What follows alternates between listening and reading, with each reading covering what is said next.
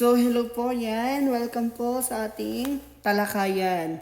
Ang tatalakayan po natin is ang mga binibigay nating vitamins sa ating buntis na aso at mga nanganak na aso, yung mga nagpapadede na. So, first na binibigay natin is itong Enmalak. Yan. Ang Enmalak ay nagpapa-increase ng gatas ng mga pregnant na dog. Tapos nagbibigay ito ng vitamins, minerals, and trace elements supply from mother of offspring. Tapos malakas din siya na strong resistance against disease activated. So binibigay ito 45 days na buntis na yung aso. Tapos dire-diretso na yan hanggang sa siguro 2 months. Basta as long na nagpapadede ka ng puppies, always may ganito ka. Twice a day ito. Pwede mong gawin ng umaga at hapon. Yan.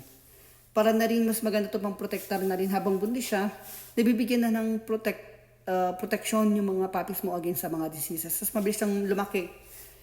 Tapos next naman itong si ating puppy na vitamins plus mineral, malunggay leaf. Ito okay lang naman na walang Enmalak, basta as long na merong ganito. Then binibigay rin ito 45 days na buntis yung aso. Kasi nga nagbibigay ito ng, ang binibigay naman niya is strong din. Parehas lang siya, nagbibigay rin siya ng strong protection for diseases. Pero, ang components kasi nito is mas madami.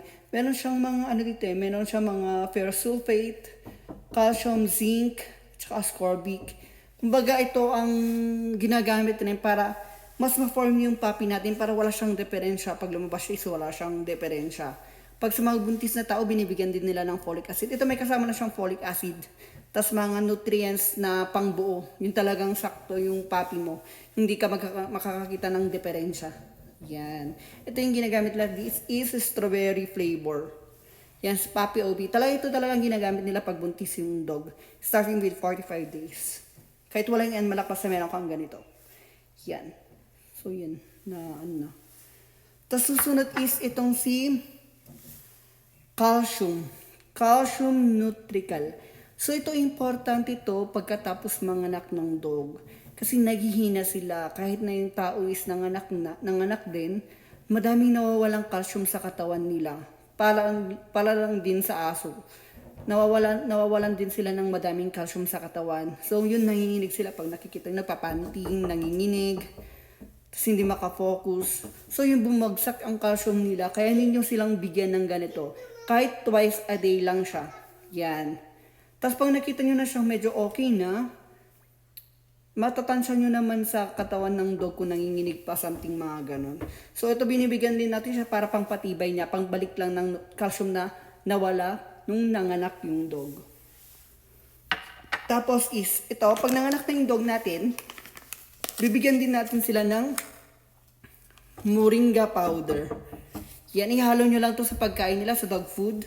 Yung mag-sprinkle lang kayo ng konti dun sa pagkain niya. Kung dry food siya, lagyan nyo to ng maliit, tapos sabayan nyo na rin siya ng vitamins kung hindi nyo dinadirect sa buwangan niya yung vitamins. Ito, pangpadami kasi ito pangpadami ito ng milk.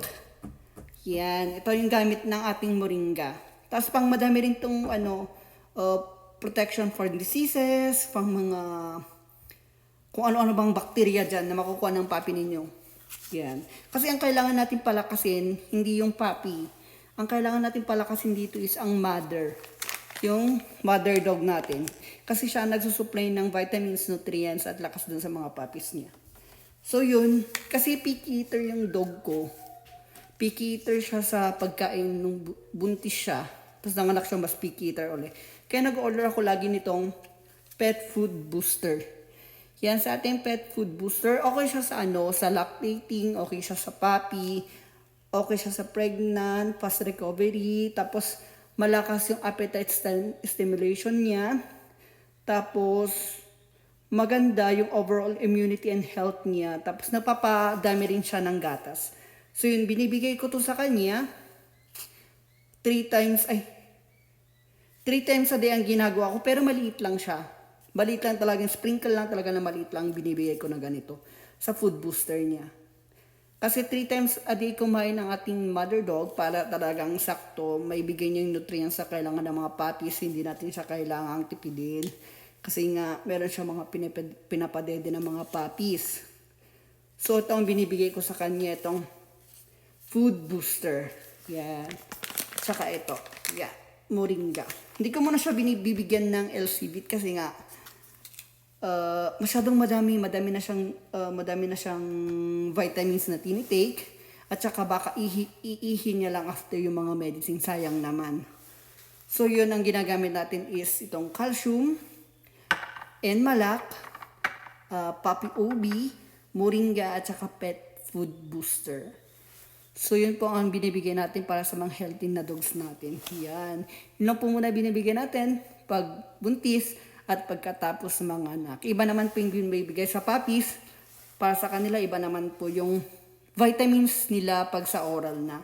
Yung mga 3 weeks and above, binibigyan na natin yan ng mga vitamins. Pero yung ano lang, mga gel na vitamins. Tapos pagkainin nila, iba. Kasi pinapakain ko na dog food sa ating mother dog is puppy food.